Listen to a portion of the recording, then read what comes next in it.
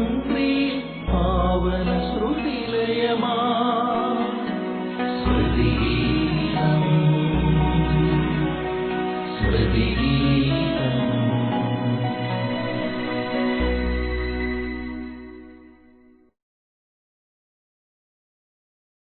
നമസ്കാരം. എല്ലാ മാന്യ പ്രേക്ഷകർക്കും സ്മൃതിഗീതത്തിലേക്ക് സ്വാഗതം.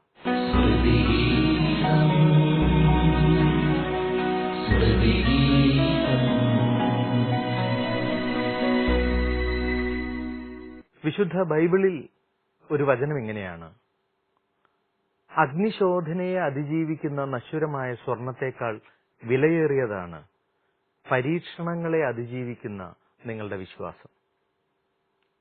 ഈ വചനം കേൾക്കുമ്പോൾ സ്വാഭാവികമായും രണ്ട് ചോദ്യം വരും. എന്തിന് സ്വർണം അഗ്നിയിൽ എറിയപ്പെടണം? എന്തിന് വിശ്വാസം പരീക്ഷിക്കപ്പെടണം? ഒന്നേ ഉള്ളൂ അതിനുത്തരം.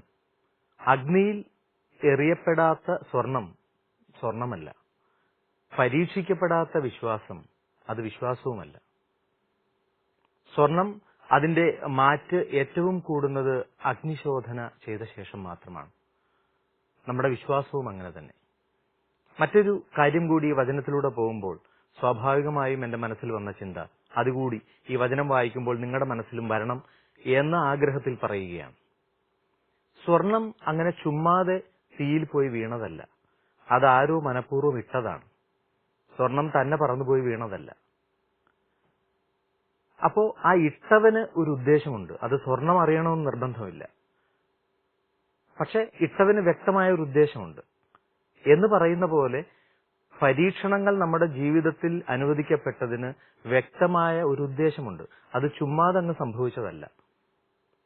രണ്ടാമത്തെ കാര്യം, സ്വർണം അഗ്നിയിൽ എറിഞ്ഞ സട്ടാനോ ആരുമാവട്ടെ, അവന്റെ ശ്രദ്ധ മുഴുവൻ ആ സ്വർണത്തിലായിരിക്കും. കാരണം അല്പസമയം നീണ്ടുപോയാൽ അത് കരിക്കട്ടയാവും. ഇതുപോലെ തന്നെയാണ് നമ്മുടെ വിശ്വാസം പരീക്ഷിക്കപ്പെടുമ്പോൾ സ്വർഗസ്ഥനായ പിതാവിന്റെ ശ്രദ്ധ കൂടുതലായി ആ പരീക്ഷിക്കപ്പെടുന്നവന്റെ മേലുണ്ടാകും. തീർച്ച. ഈ രണ്ട് കാര്യങ്ങളും നിങ്ങളുടെ മനസ്സിൽ ഈ വചനം വായിക്കുമ്പോൾ പ്രാർത്ഥിക്കുമ്പോൾ ഉണ്ടാകണം. ഇത് ചുമ്മാ വീണതല്ല, ആരോ ബോധപൂർവം ഇട്ടതാണ്. അതിന്റെ പിന്നിൽ ഒരു ഉദ്ദേശവുമുണ്ട്. ആ ഉദ്ദേശം നമ്മൾ പ്രാപിച്ചു കഴിയുമ്പോൾ അത് മാറിപ്പോകും. ദൈവത്തിന്റെ ശക്തമായ കരത്തിൻ കീഴിൽ താഴ്മയോടെ നിൽക്കുവിൻ, തക്ക സമയത്ത് അവിടുന്ന് ഉയർത്തിക്കൊള്ളും. നമ്മുടെ ജീവിതങ്ങൾ എന്നും ആ സർവശക്തനായവന്റെ കരത്തിൻ കീഴിൽ താഴ്മയോടെ നീങ്ങുന്ന ജീവിതമാവട്ടെ. പ്രാർത്ഥനയോടെ സ്മൃതിഗീതം ആരംഭിക്കുകയാണ്. ഇന്ന് നമ്മോടൊപ്പം ഉണ്ട് ബഹുമാനപ്പെട്ട ചെറിയാൻ കുനിയന്തോടത്തച്ഛൻ. CMI സഭാംഗമാണ് അദ്ദേഹം. ബഹുമാനപ്പെട്ട ആബേലച്ചൻ സ്ഥാപിച്ച കലാഭവൻ നമുക്കറിയാം. കലാഭവന്റെ പ്രസിഡന്റാണ് അദ്ദേഹം. മലയാള സാഹിത്യ ശാഖയ്ക്ക് അദ്ദേഹത്തിന്റെ സംഭാവനയായ ഏതാണ്ട് 80-ൽ പരം ഗ്രന്ഥങ്ങൾ, കവിതകൾ, ക്രിസ്തീയ ഭക്തിഗാന ശേഖരത്തിൽ അദ്ദേഹത്തിന്റെ സംഭാവന അമൂല്യം തന്നെ. വളരെ ശ്രദ്ധയോടെ അദ്ദേഹം ഈ ശാഖയെ വീക്ഷിക്കുന്നു, വിമർശിക്കുന്നു. അദ്ദേഹത്തിന്റെ സാന്നിധ്യം നമുക്ക് തീർച്ചയാണ് നമുക്കൊരു അലങ്കാരമാണ്. മാത്രമല്ല അദ്ദേഹത്തിന്റെ സംഭാവനകൾ, അദ്ദേഹത്തിന്റെ ഓരോ ചിന്തകൾ എല്ലാം സ്മൃതിഗീതത്തിന്റെ എപ്പിസോഡുകൾ വളരെ സുഗമമായി മുൻപോട്ട് പോകാൻ സഹായകമാണ്. ഇനിയുള്ളത് നമുക്കറിയാം, സർവശ്രീ ബേണി ഇഗ്നേഷ്യസ് സാഹോദര്യത്തിന്റെ കയ്യൊപ്പുമായി എന്നും അവർ സ്മൃതിഗീതത്തോടൊപ്പം ഉണ്ട്. അവരുടെ ചിന്തകൾ, ക്രിസ്തീയ ഭക്തിഗാന ശേഖരത്തിലെ അവരുടെ സംഭാവന, ചലച്ചിത്ര പിന്നണി ഗാനരംഗത്ത് ഉള്ള അവരുടെ കൈവപ്പ്, കേരള സംസ്ഥാന സർക്കാരിന്റെ അവാർഡ് ഉൾപ്പെടെ നിരവധി പുരസ്കാരങ്ങൾ എല്ലാം അവർക്ക് സ്വന്തം. അവരുടെ പരസ്പര സ്നേഹവും ദൈവാശ്രയവും എടുത്തു പറയേണ്ടത് തന്നെ. അതുതന്നെയാണ് ഒരുപക്ഷെ ഈ സ്മൃതിഗീതത്തിന്റെ ഈ എപ്പിസോഡുകളിൽ സംഗീത സംവിധായകരായി നിർദ്ദേശം നൽകാൻ, അവരുടെ ചിന്തകൾ പകരാൻ നമ്മോടൊപ്പം എന്നും അവരുള്ളത്. മൂവരുടെയും സാന്നിധ്യം നമുക്ക് അനുഗ്രഹമാണ്. വളരെ സ്നേഹത്തോടെ ഈ മൂന്ന് വ്യക്തിത്വങ്ങളെയും നമുക്ക് സ്വാഗതം ചെയ്യാം. സ്വാഗതം.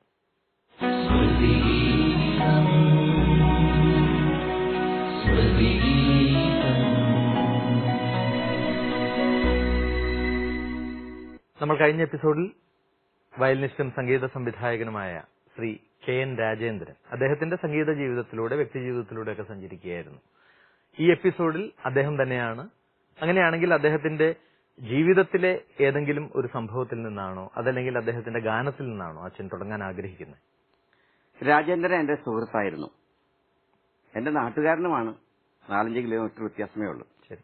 അതുകൊണ്ട് തന്നെ പലപ്പോഴും കണ്ടുമുട്ടാറുണ്ടായിരുന്നു. എന്റെ ചില ഗാനങ്ങൾ അദ്ദേഹം സംഗീതം ചെയ്തിട്ടുണ്ട്.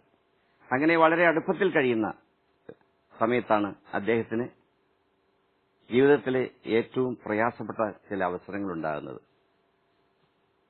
സ്മൃതിയുടെ സിംഫണി എന്ന പുസ്തകം ഞാൻ നേരത്തെ പറഞ്ഞിട്ടുണ്ട്.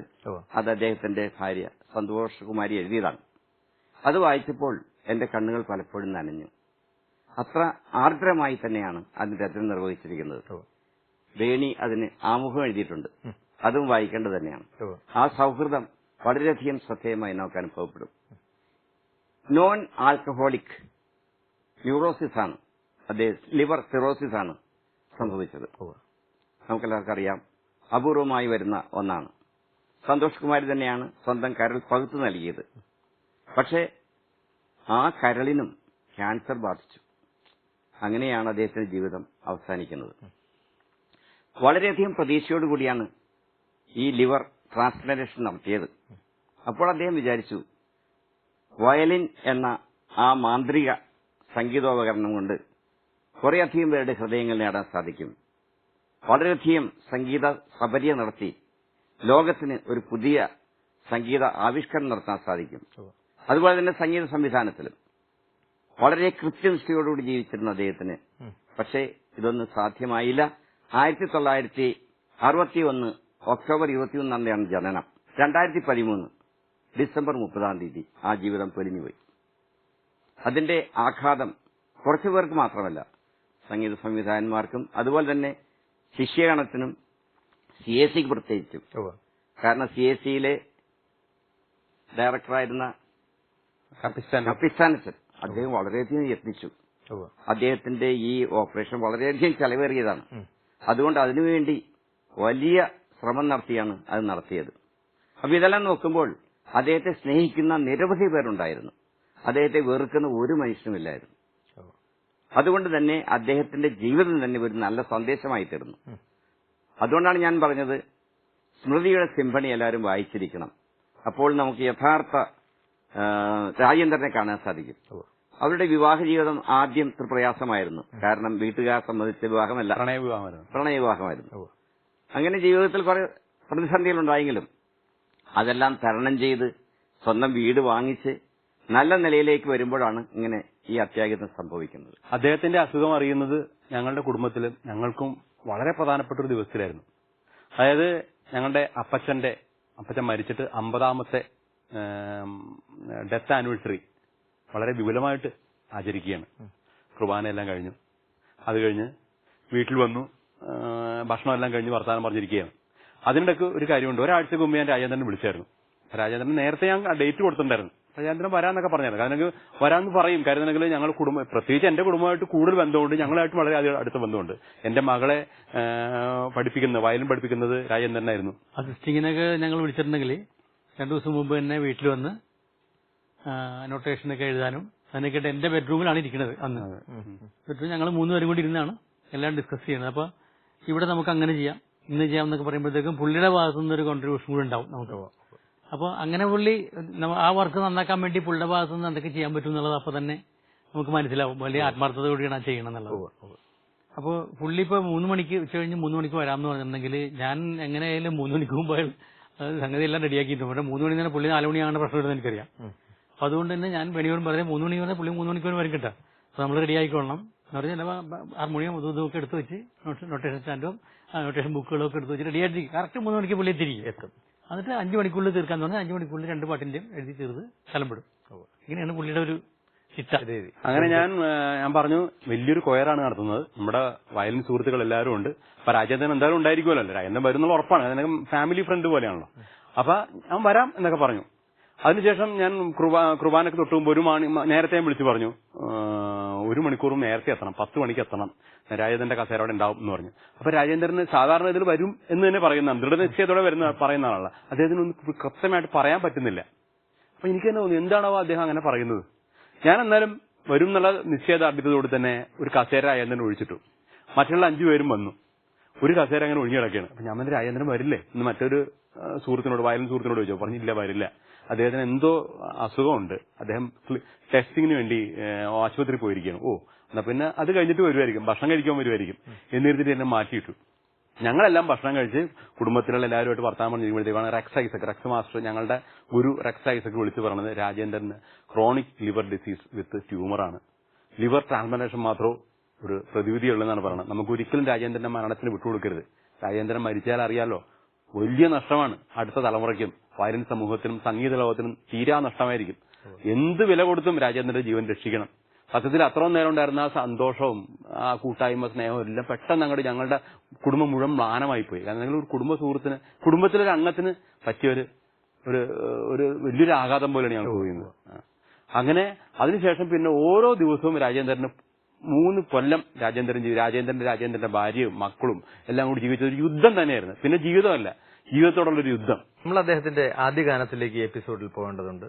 ഏത് ഗാനമാണ് അങ്ങനെയാണെങ്കിൽ നമ്മൾ പ്രേക്ഷകർക്ക് പരിചയപ്പെടുത്തുക? എനിക്ക് തോന്നുന്നത് കാൽവരി മലയിൽ ചിന്തിയ രക്തത്തിൽ എന്ന് പറഞ്ഞൊരു ഗാനമുണ്ട്. അത് ക്രിസ്തുവിന്റെ ബലിയോട് ചേർത്ത് വെച്ച് ആ ബലിയുടെ ഉൾക്കാഴ്ചയിലേക്ക് നമ്മെ നയിക്കുകയും കാൽവരി മലയിലെ ആ രക്തം എന്താണ് നമുക്ക് നൽകിയത് എന്ന ചിന്ത നമ്മിൽ ഉൾക്കൊള്ളിക്കുകയും ചെയ്യുന്ന ആ ഗാനമാകട്ടെ ഇപ്പോൾ നമുക്ക് ആവിഷ്കരിക്കാം. കാൽവരി മലയിൽ ചിന്തിയ രക്തത്താൽ എന്റെ പാപം എല്ലാം പുറത്തതും ഞാൻ സ്വതന്ത്രനായതും ഞാൻ ഇപ്പോൾ അനുഭവിക്കുന്ന സന്തോഷവും സമാധാനവും അനുഭവിക്കുന്നതുമെല്ലാം എന്റെ നാഥൻ എനിക്ക് വേണ്ടി കാൽവരി മലയിൽ ചിന്തിയ രക്തത്തിന്റെ യോഗ്യതയാലാണ്. ആ തിരിച്ചറിവാണ് ഈ വരികൾ കവി എഴുതുമ്പോൾ. അതിന് അർത്ഥവത്തായി ശ്രീ രാജേന്ദ്രൻ സംഗീതവും നൽകിയിരിക്കുന്നു. നമുക്ക് ഈ ഗാനത്തിലേക്കൊന്ന് പോകാം. കാൽവരി മലയിൽ ചിന്തിയ രക്തത്താൽ.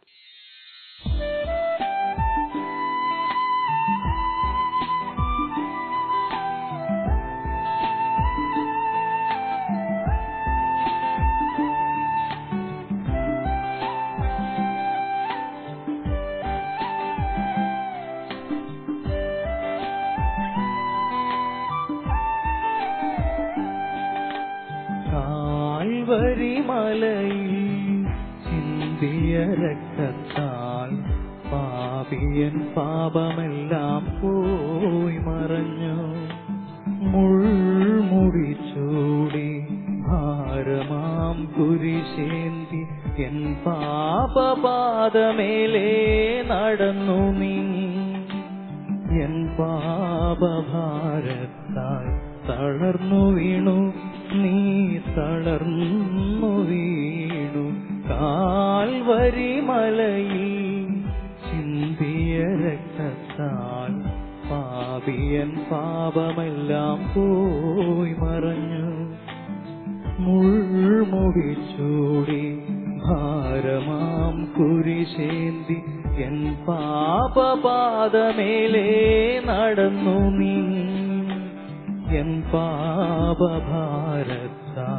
തളർന്നു വീണു നീ, തളർന്നു വീണു.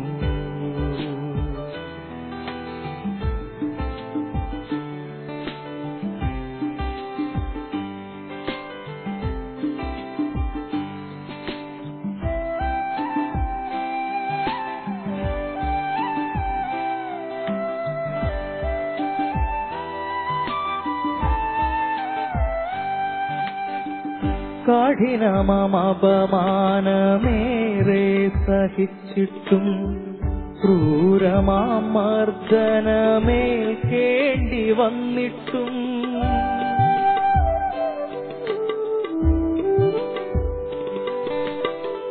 കഠിനമപമാനമേറെ സഹിച്ചിട്ടും ക്രൂരമാം മർദ്ദനമേൽക്കേണ്ടി വന്നിട്ടും ക്രൂശിൽ പിടയുന്ന നേരവും ഞങ്ങൾക്കായി പ്രാർത്ഥിച്ച നാഥാമശിഹായേ, ശത്രുവെ സ്നേഹിക്കാൻ എന്നെ പഠിപ്പിച്ച കർത്താവേ, നിൻ പാത പിന്തുടരാം. കുരിശിന്റെ വഴിയെന്നും പിന്തുടരാം.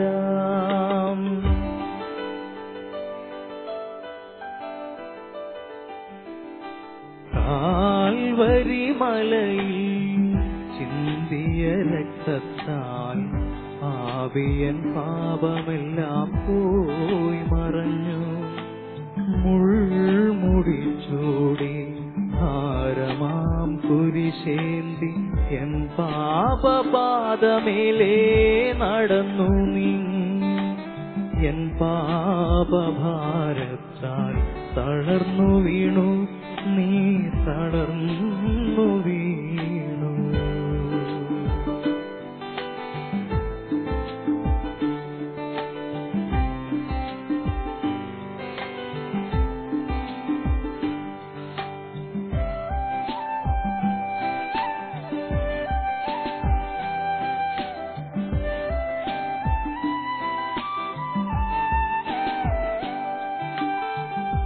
പുത്രന്റെ വേദന ഹൃദയത്തിലേറ്റ്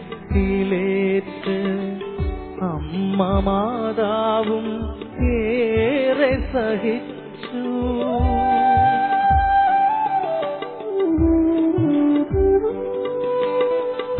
പുത്രന്റെ വേദന ഹൃദയത്തിലേറ്റ് അമ്മ മാതാവും ഏറെ സഹിച്ചു. അവസാന നിമിഷം പ്രിയമുള്ളോരമ്മയെ പാപികൾ ഞങ്ങൾക്കായി നൽകിയല്ലോ.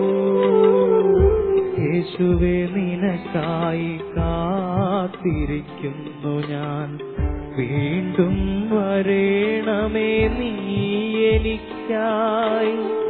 വീണ്ടും ജനിക്കണേ പാപി എനിക്കായി. ശ്രീ രാജേന്ദ്രൻ, സംഗീത സംവിധായകനും അതുപോലെ വയലിനിസ്റ്റുമായ രാജേന്ദ്രൻ, അദ്ദേഹത്തിന്റെ വയലിൻ വായന അത് എടുത്തു പറയേണ്ടത് തന്നെയാണ്, അല്ലേ അച്ഛാ? അദ്ദേഹത്തിന്റെ മാന്ത്രിക വിരലുകൾ അതെല്ലാം വളരെ പ്രശംസ നേടിയിട്ടുള്ളതും തൊട്ടടുത്തുള്ളവർക്കും അതുപോലെ സംഗീത ആസ്വാദകർക്കും വളരെയധികം ശ്രദ്ധിക്കപ്പെട്ടതുമായ മാന്ത്രിക വിരലുകളാണ്. അതേക്കുറിച്ചൊന്ന് ഓർത്താൽ അച്ഛാ? പൊടി പിടിച്ച് കിടക്കുന്ന ഒരു വയലിൻ യഥാർത്ഥത്തിൽ ഒരു വയലിനിസ്റ്റ് വന്ന് വായിക്കുമ്പോഴാണ് അതിന്റെ ശ്രുതി അല്ലെങ്കിൽ അതിന്റെ ലയം ആസ്വാദകരെ ആകർഷിക്കുന്നത്. തീർച്ചയായിട്ടും ഞാനതൊരു കഥയിൽ കേട്ടിട്ടുണ്ട്. എവിടെയോ ഒരു സംഗീതോപകരണം വിൽക്കുന്ന കടയിൽ ആരും പരിഗണിക്കാതെ കിടന്നിരുന്ന ഒരു വയലിൻ, അതിലേ കടന്നു വന്ന ഒരു മാന്ത്രികനായ വയലിനിസ്റ്റ് നോക്കിയപ്പോൾ അത് പൊടി പിടിച്ച് കിടക്കുന്നു. അദ്ദേഹം അതെടുത്ത് പൊടിയൊക്കെ തുടച്ച് വായിച്ചപ്പോൾ ആൾക്കാർ ഓടിക്കൂടുകയാണ്. പിന്നീട് ആരും പരിഗണിക്കാതെ കിടന്നിരുന്ന ഒരു വയലിനായിരുന്നു. പക്ഷേ ആ മാന്ത്രിക വിരലുകളുടെ ശക്തി അത്ര വലുതാണ്. ഇതുപോലെയായിരുന്നു രാജേന്ദ്രന്റെ മാന്ത്രിക വിരലുകൾ. ആ വിരലുകൾ കൊണ്ട് ശ്രുതി മീട്ടിയാൽ ആരും കേട്ടിരുന്നു പോകും. പലപ്പോഴും സംഗീതജ്ഞരുടെ വിരലുകളും അവരുടെ ഹൃദയവും ഹൃദയഭാവങ്ങളുമെല്ലാം ഒരുമിച്ച് ചേരുമ്പോഴാണ് നല്ല സംഗീതം ഉണ്ടാകുന്നത്. ഈ നല്ല സംഗീതത്തിന് വേണ്ടിയാണ് എല്ലാവരും ദാഹിക്കുന്നത്. ഇന്ന് ലോകത്തിൽ മോശപ്പെട്ട സംഗീതം ഉണ്ട്, അതുപോലെ തന്നെ ശ്രദ്ധാർഹമായ സംഗീതമുണ്ട്. എന്നാൽ ഏറ്റവും മികച്ച സംഗീതം എന്ന് പറയുന്നത് ആ സംഗീതത്തിന്റെ മാന്ത്രിക വിരലുകളോ മാന്ത്രിക ഹൃദയമോ മാന്ത്രിക ഹൃദയഭാവങ്ങളോ എല്ലാം പകർന്നു വരുന്നതാണ്. ആ സംഗീതകാരനെ കുറിച്ച് ഓർക്കുമ്പോൾ അദ്ദേഹത്തിന്റെ ജീവിതത്തിലെയോ അദ്ദേഹത്തിന്റെ വ്യക്തി ജീവിതത്തിലെയോ സംഗീത ജീവിതത്തിലെയോ ഏതാനും ചില ഓർമ്മകൾ കൂടി ഒന്ന് പങ്കുവയ്ക്കാൻ എന്തായിരിക്കാം? ഞാൻ ഓർക്കുന്നത് ഞങ്ങള് CACക്ക് വേണ്ടിയോ 2 ക്രിസ്ത്യൻ ഡിവോഷണൽ ചെയ്തിട്ടുണ്ടായിരുന്നു. ശരി. അത് ഒന്ന് ഓ യേശുവെ, നമ്മുടെ അലക്സ് വടക്കുംതല പിതാവാണ് എഴുതിയത്. പിന്നെ ആത്മാവിലായിരം എന്ന് പറഞ്ഞിട്ട് എൻട്രൻസ് സോങ്ങിന് സാധാരണ എല്ലാ പള്ളികളിലും പാടുന്നുണ്ട്. ഇതിന്റെ റെക്കോർഡിങ്ങിന് വേണ്ടി CAC ചെന്നപ്പോഴത്തേക്കും രാജേന്ദ്രൻ ഇവിടെ ഉണ്ട്. രാജേന്ദ്രന് കൂടെ ഇരുന്ന് ആ ഒരു ദിവസം മുഴുവൻ കൂടിയിരുന്നിരുന്നു.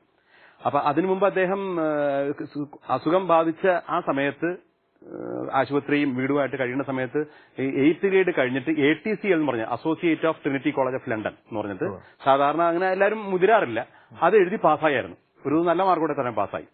പക്ഷെ അത് കഴിഞ്ഞിട്ട് അദ്ദേഹത്തിന്റെ ആവശ്യം LTCL എന്ന് പറഞ്ഞിട്ട് ഇന്ത്യയിൽ ആരും തന്നെ 1-2 പേരെ എഴുതി കാണുള്ളൂ. അതും ഉയർന്ന മാർക്കോടെ എഴുതാൻ പാസ്സാകാൻ ബുദ്ധിമുട്ടാണത്. അത് എഴുതണം എന്നുള്ളൊരു വലിയ ആഗ്രഹത്തോടെ ഇരിക്കുന്ന സമയത്താണ്. ആ സമയത്താണ് ഞങ്ങളുടെ ഈ വർക്ക്. വളരെ ക്ഷീണിതനായി കാണപ്പെട്ടു. അങ്ങനെ ഞങ്ങളുടെ കൂടെ ഇരിക്കുന്നുണ്ട്. സംഗീതത്തോടുള്ള അഭിവാഞ്ചം കാരണം മാത്രമാണ് ഞങ്ങളുടെ കൂടെ ഇരിക്കുന്നത്. തമാശയൊക്കെ പറയുന്നുണ്ട്. എന്നാലും ഞാൻ ചോദിച്ച രാജേന്ദ്ര കുറച്ച് റെസ്റ്റ് എടുത്തുകൂടെ? ഇല്ല എനിക്ക് പ്രാക്ടീസ് ചെയ്യാനുണ്ട്. ഞാൻ എന്തിനാ ഇപ്പൊ പ്രാക്ടീസ് ചെയ്യുന്നത്? അതല്ല, എനിക്കൊരു പരീക്ഷയുണ്ട് 2 ആഴ്ച കഴിയുമ്പോഴത്തേക്കും. എന്ത് പരീക്ഷ?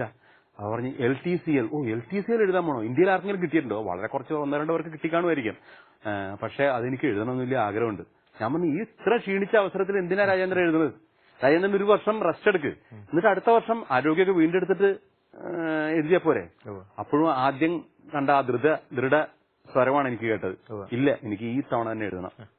അത് റെക്സ് മാസ്റ്ററിനോട് കൊടുത്തൊരു വാഗ്ദാനമാണ്, എനിക്കിത് എഴുതണം എന്നുള്ളത്. ഞാൻ കുറെ നിർബന്ധിച്ചെങ്കിലും അദ്ദേഹത്തിന്റെ നിർബന്ധത്തിന് ഞാൻ വഴങ്ങേണ്ടി വന്നു.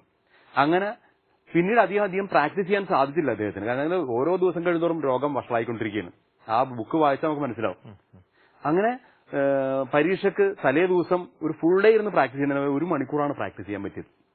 പിറ്റേ ദിവസം രാവിലെ അദ്ദേഹത്തിന്റെ കൂട്ടുകാരൻ അദ്ദേഹത്തെ CAC കൊണ്ടുവന്നു.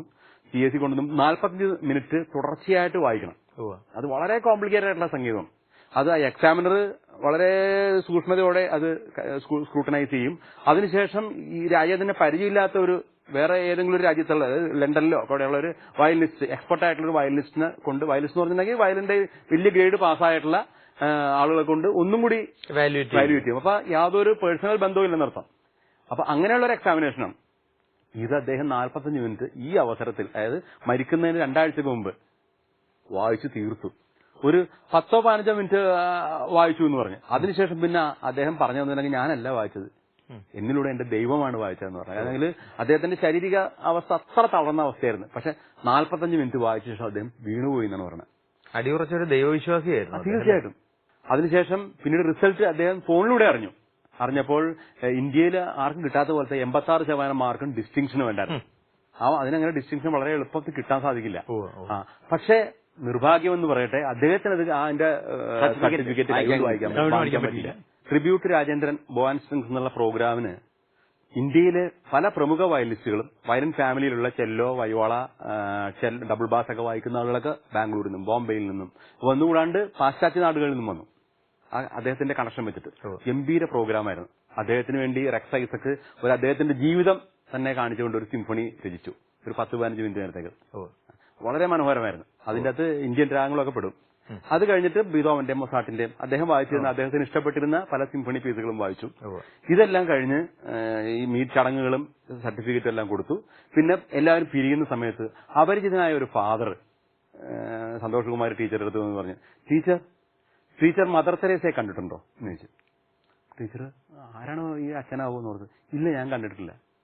അന്തോനിസ് ഇയാളെ കണ്ടിട്ടുണ്ടോ? അന്തോനിസ് ഇയാളെ ഞാൻ കണ്ടിട്ടില്ല. എന്നാൽ അതേപോലെ ഒരു വിശുദ്ധനായിരുന്നു രാജേന്ദ്രൻ മാസ്റ്റർ. അത്രയും നന്മയുള്ളൊരു വലിയൊരു കലാകാരൻ അച്ഛൻ പറയുന്നത്. അതിന്റെ പേരില് നിശ്ചയമായിട്ടും രാജേന്ദ്രൻ മാസ്റ്റർ ഇപ്പൊ സ്വർഗത്തിലിരുന്ന് മാലാഖമാരോടൊപ്പം നിങ്ങൾക്ക് വേണ്ടി മധ്യസ്ഥം വഹിക്കുകയും വയലിൻ വായിക്കുകയും ദൈവത്തിന് സ്തുതി പാടുകയും ചെയ്യുന്നുണ്ട്. ആ ധൈര്യത്തിൽ നിങ്ങൾ പോയിക്കോ എന്ന് പറഞ്ഞു. ടീച്ചർ പറഞ്ഞ രോമാഞ്ചം കൊണ്ട് എനിക്ക് എന്താ പറയണ്ടെന്ന് അറിയാൻ പോവുക. അതൊരു സത്യമാണെന്നൊരു തോന്നൽ വന്നു. അതും ഒരു വൈദികൻ അങ്ങനെ പറയുമ്പോൾ അല്ലെ, അദ്ദേഹത്തിന് ഒരു ഉൾക്കാഴ്ച കിട്ടുന്ന വായിക്കാം. നമ്മൾ അദ്ദേഹത്തിന്റെ ശ്രീ രാജേന്ദ്രന്റെ ഏത് ഗാനത്തിലേക്കാണ് പ്രേക്ഷക ശ്രദ്ധ ഇനി ക്ഷണിക്കുക? അവസാനമായിട്ടുള്ള ഗാനമായതുകൊണ്ട് നമുക്ക് അദ്ദേഹത്തിന്റെ താരാട്ട് പാടാം. അദ്ദേഹത്തിന്റെ താരാട്ട് ഇവിടെ പാടി അവതരിപ്പിക്കാം. ഉണ്ണിക്കുഞ്ഞെ നീ ഉറങ്ങ് എന്ന് തുടങ്ങുന്ന ഗാനം. ആ ഗാനത്തിലൂടെ നമുക്കും ആത്മീയമായിട്ട് രാജേന്ദ്രന് ഒരു താരാട്ട് പാടി ഈ എപ്പിസോഡ് അവസാനിപ്പിക്കാം. ശ്രീ KN രാജേന്ദ്രൻ, വയലിനിസ്റ്റും സംഗീതകാരനുമായ അദ്ദേഹത്തിന്റെ ജീവിതത്തിലൂടെ, അദ്ദേഹത്തിന്റെ ജീവിത സാഹചര്യങ്ങളിലൂടെ, സംഗീത ജീവിതം, വ്യക്തി ജീവിതം, അതിന്റെ പിന്നാമ്പുറങ്ങളിലൂടെയുള്ള ഒരു യാത്രയായിരുന്നു. നമ്മൾ അദ്ദേഹത്തിന്റെ മറ്റൊരു മനോഹര ഗാനത്തിലേക്ക് പോവുകയാണ്. ഉണ്ണിക്കുഞ്ഞെ നീ ഉറങ്ങ്, ഉണ്ണി ഈശോയെ ഓർത്തുറങ്ങും. മനോഹരമായ ഒരു താരാട്ട് പാട്ടാണിത്. നമുക്കതൊന്ന് കേൾക്കാം.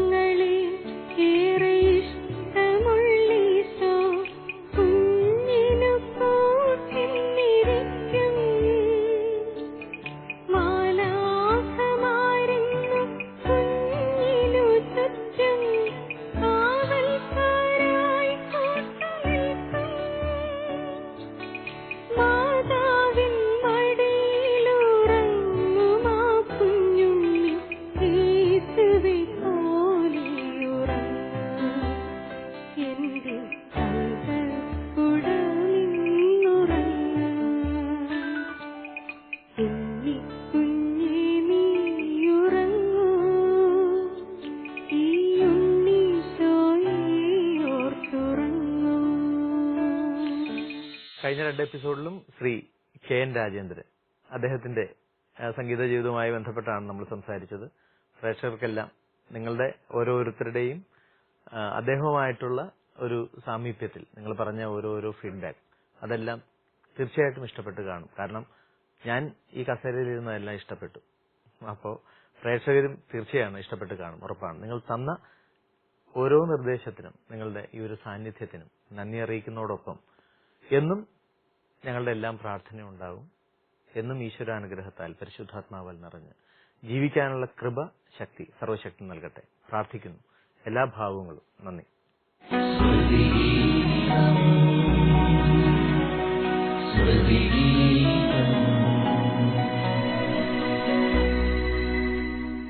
കഴിഞ്ഞ 2 എപ്പിസോഡിലും സംഗീതകാരനും വയലിനിസ്റ്റുമായ ശ്രീ കെ എൻ രാജേന്ദ്രൻ അദ്ദേഹത്തിന്റെ സംഗീത ജീവിതത്തിലൂടെയും വ്യക്തിജീവിതത്തിലൂടെയുമാണ് നമ്മൾ സഞ്ചരിച്ചത്.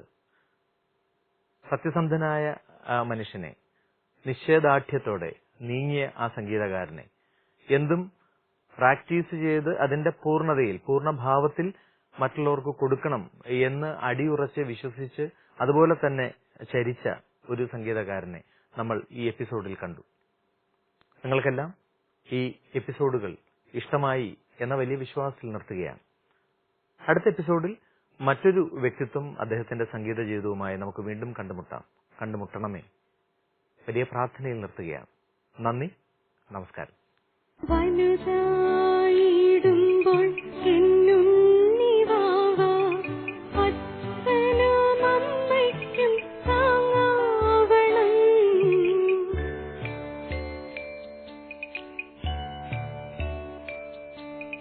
Why